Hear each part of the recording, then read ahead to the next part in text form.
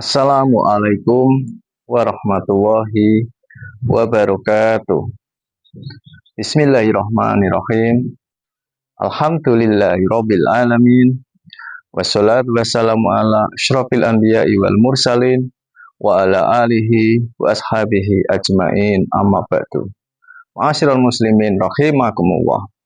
Setiap hari kita menghirup udara tanpa pernah membayar. Kita minum air yang turun dari langit. Kita makan dari hasil bumi yang tumbuh dengan subur. Dan kita hidup di bawah atap langit yang kokoh tanpa pernah roboh menimpa kita. Semua itu adalah merupakan nikmat dari Allah Subhanahu wa Ta'ala yang sering kita lupakan. Seandainya saja salah satu dari nikmat itu dicabut oleh Allah, misalnya bumi tidak lagi stabil atau hujan berhenti turun, maka niscaya kehidupan manusia di dunia ini akan hancur. Maka Allah Subhanahu wa Ta'ala mengingatkan kita melalui firman-Nya di dalam Al-Qur'an surat Al-Baqarah ayat 22. Alladzi ja'ala lakumul ardo firasau was samaa'a bina'au wa anzala minas samaa'i ma'au fa akhraja bihi minasyamarati rizqan lahum fala taj'alu lillahi angdadau wa antum ta'lamun.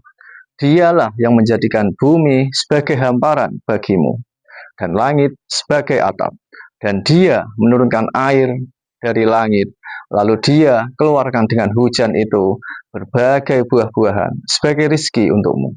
Karena itu janganlah kamu mengadakan sekutu-sekutu baginya, padahal kamu mengetahui. Ma'asyiral muslimin rahimakumullah. Ayat ini mengingatkan kita tentang tiga hal besar. Yang pertama, tentang nikmat dari Allah yang nyata yang ada di sekitar kita.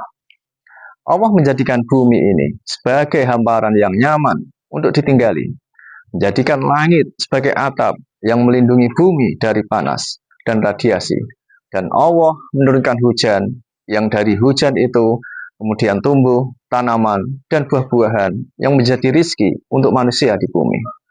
Yang kedua, tentang kesadaran akan kebesaran Allah Subhanahu wa Ta'ala. Perlu kita ketahui bahwa semua nikmat itu menunjukkan kekuasaan Allah yang tiada tandingan. Karena tidak ada seorang pun yang menciptakan bumi, yang mendirikan langit, ataupun yang menurunkan hujan. Karena hanya Allah lah yang maha kuasa menciptakan segalanya. Kemudian yang ketiga, tentang larangan menyekutukan Allah Subhanahu wa Ta'ala. Ma'asyiral muslimin rahimakumullah.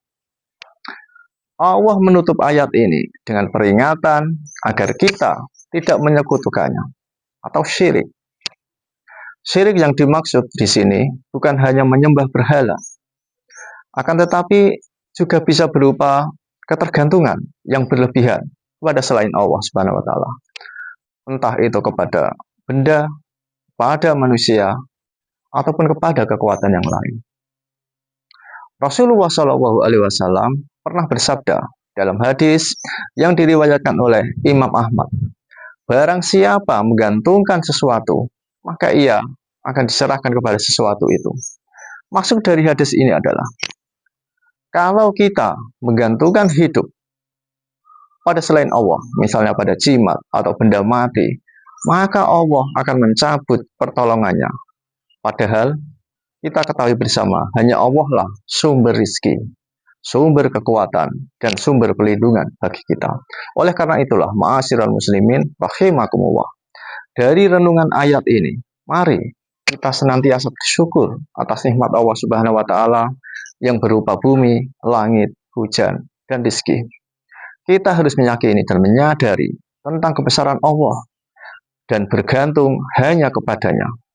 Kita wajib menjauhi segala bentuk kesyirikan, baik itu yang berupa syirik besar maupun syirik kecil.